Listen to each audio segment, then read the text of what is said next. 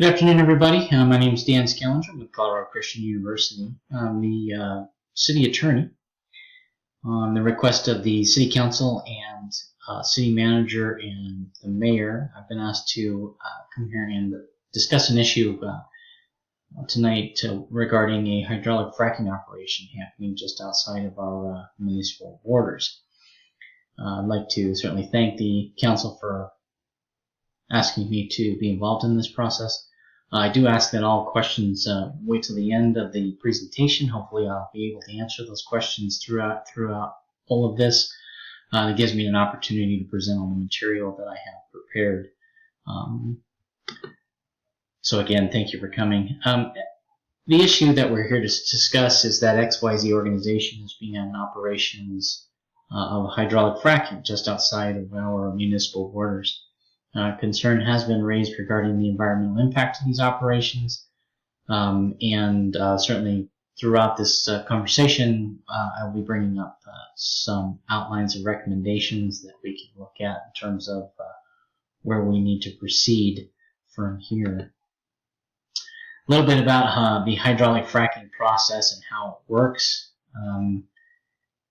When a site is identified and developed, essentially a drill is introduced into the ground, goes down about approximately a mile below the surface into a shale formation.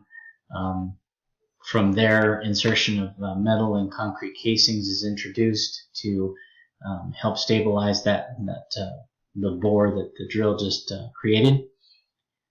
Once those casings are established, then the operation turns to injection of high pressure water, sand, and a mixture of chemicals to actually fracture the rock surface in order to release the methane gas and oils that are trapped in that rock surface. The sand is in there to maintain those cracks. Once the gas is released from the rocks, it's introduced into the casings and then up to be processed on the surface level. Once completed, the casings are then filled with concrete. It's essentially capped off and the area is returned to its previous drilling state. Some of the pros and cons to hydraulic fracking, this certainly isn't an exhaustive list, but it does cover some of the things that I think are important in this presentation. Some of the pros, increased access to gas and oil resources, lower gas and oil taxes, and this is essentially a secondary cause of the operation just due to the availability of the gases and oils below the surface. They're much easier and more efficient to produce than, say, the coal resources. Better air quality, again, more of a passive approach here. It takes less energy, less of a byproduct to process methane and oils than it does the coal products. More jobs, as these fracking operations move from area to area, they use a lot of local talent there. And of course, big picture things, it reduces dependency on foreign oil. Some of the cons of the fracking process is that it could pollute the surface and groundwater. I'll talk a little bit more about that when I talk about the EPA implications. Aesthetically, could change the environment. It does look like a big oil rig, and sometimes communities view it more as an eyesore than a welcome venture. The chemical process that they actually use involves chemicals that the companies are not necessarily forthcoming in identifying what kinds they are and what health effects they may have. So some of the decisions that the council and city manager and mayor have asked me to help with is that we can do this essentially one of three ways. Certainly we can go to the extreme of ignoring the operation. We do nothing. We wait till they're done and it goes away. And we risk the ramifications. The other end of the spectrum certainly is fighting against the operation, seeking litigation, and having the courts remove, obviously, their operation from our area. And the third is in the middle kind of approach where we seek an amenable agreement with the operations. There's certainly no absolutes other than ignoring the entire thing, but there's no absolutes in any of these decisions, but certainly it should stimulate some conversation. So some state hurdles to this hydraulic fracking process comes a little bit from Dillon's rule and the Cooley Doctrine.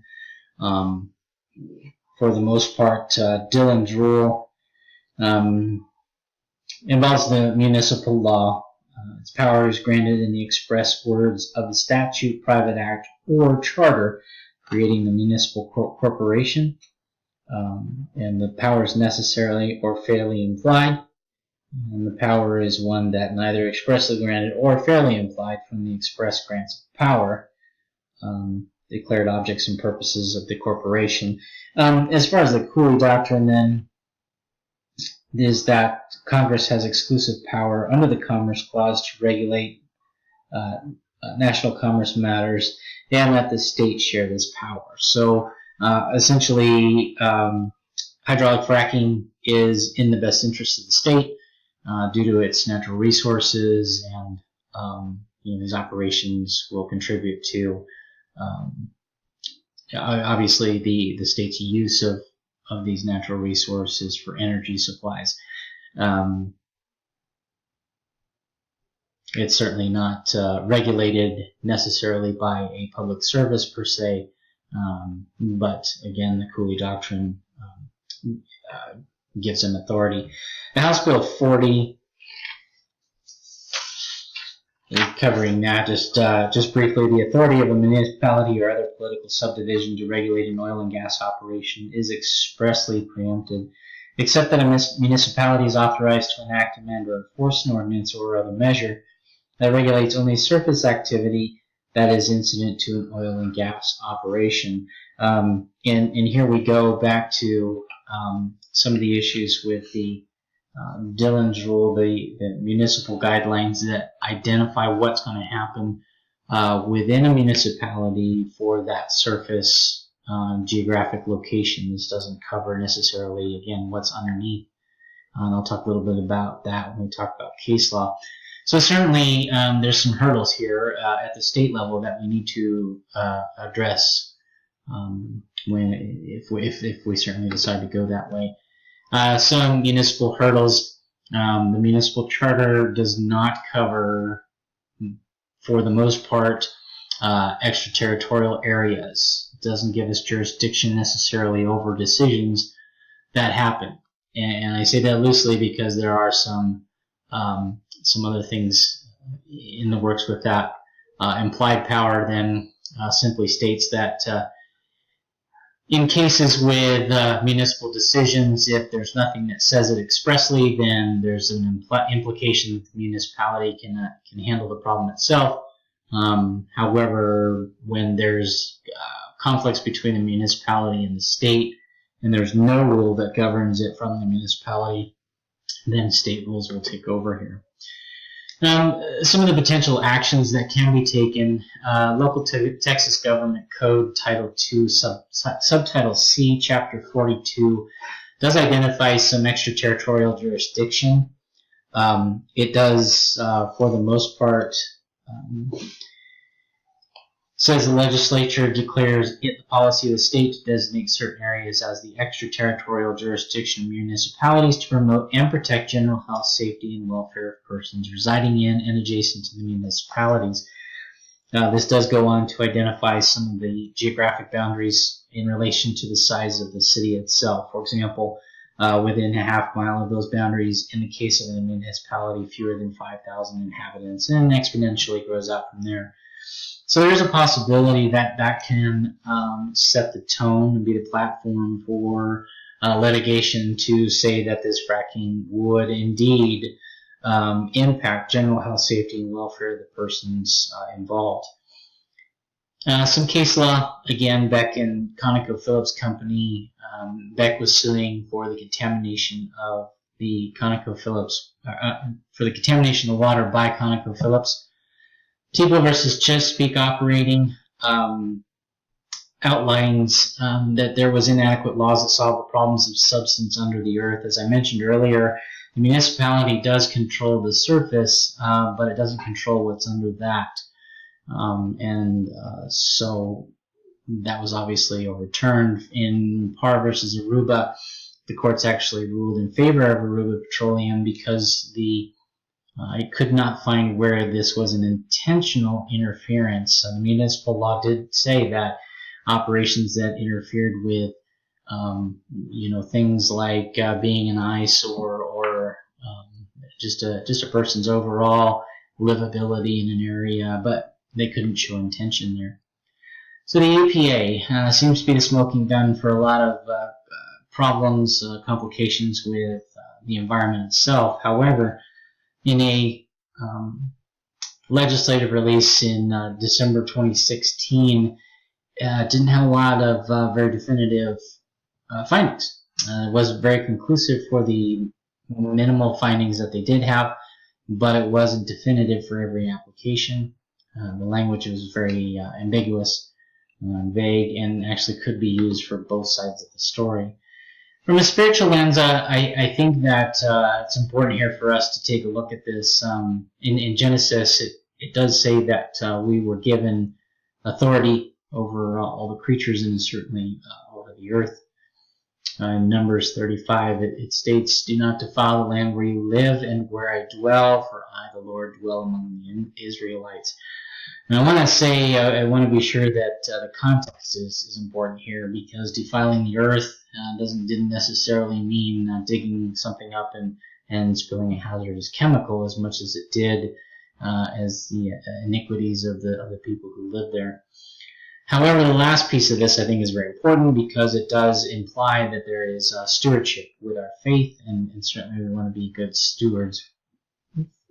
First and foremost with our spirituality, and of course we have an environmental stewardship and with the earth itself. So some potential actions, and I believe that a amenable agreement can actually be reached with the organization. We can draw up an agreement in which we identify certainty and definitiveness of compensation for damages should there be. We would be definitely in compliance with HB 480, and the organization would essentially be responsible for any reciprocation if it were to disturb the environment. We could put in there some agreements with the organization that if something were to happen, then certainly they would be liable for the reparations of that. And of course it would be EPA friendly because we're basically assuring things that they're saying wouldn't happen, and we would make sure that they would make sure that wouldn't happen. Here's some of my references. Just to kind of go back, I got just a little bit of time just to go back over this amenable agreement. I believe that assurances of the fracking organization itself can be established. I think that we have to look at this as not necessarily that we don't have any other choices. I believe that the out-and-out butting heads with this organization, we would actually end up spending quite a bit of time and financial resources to win this. And they're not any obligation to stop operations until they figure out an outcome. So I think we would be behind the eight ball with that. So I hope that I've presented this case effectively, that I've given you information, food for thought, and I'll be anxious to hear your decision, and we'll move forward with whatever the council, city manager, the mayor, and the constituents of this great city decide. Thank you very much.